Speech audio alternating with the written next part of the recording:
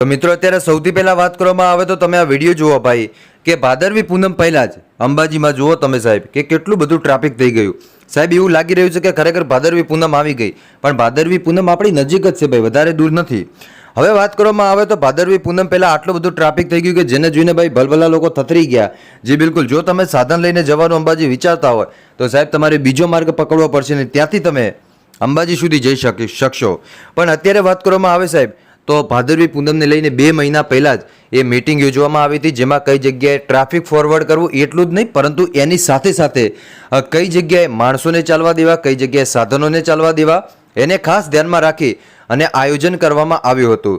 જો કે અત્યારે વાત કરવામાં આવે તો લોકો પગપાળા ચાલી પણ રહ્યા છે, તો ક્યાંક ને ક્યાંક કેમ્પ કે જે લોકોને સારવાર આપે ભાઈ, કેમ કે સારવાર તમને બધી રીતે સગવડ સાહેબ તમે જો ચાલતા અંબાજી જાઓ ને તો તમને મળી રહેતી હોય છે. અને એવી જ રીતે સાહેબ આ તમે જુઓ કે અલગ અલગ જાતના કેમ્પો કે જે અત્યારથી જ લગાવવામાં આવી નાખ્યા છે ભાઈ. અને એની સાથે સાથે સાહેબ તમે આ ટ્રાફિક જુઓ, આ ટ્રાફિક પોરનું છે ભાઈ, બરાબર, 1 વર્ષ પહેલાંનું. પણ હવે સાહેબ હવે જ્યારે જેમ જેમ નજીક આવશે એમ એમ તમને રોજના રોજ ભાઈ કેમ્પના વિડીયો બતાવીશ, બધાય વિડીયો બતાવતો રહીશ. એટલે ખાસ કરીને વિડીયો સાહેબ તમે અંત સુધી જોતા રહેજો ને ચેનલને આજે સબસ્ક્રાઈબ કરજો, જેથી કરીને આવનારા સમયમાં તમને અંબાજીના A to Z વિડીયો મળતા રહેવાના છે ભાઈ. તો ખાસ કરી અને ચેનલને સબસ્ક્રાઈબ કરજો.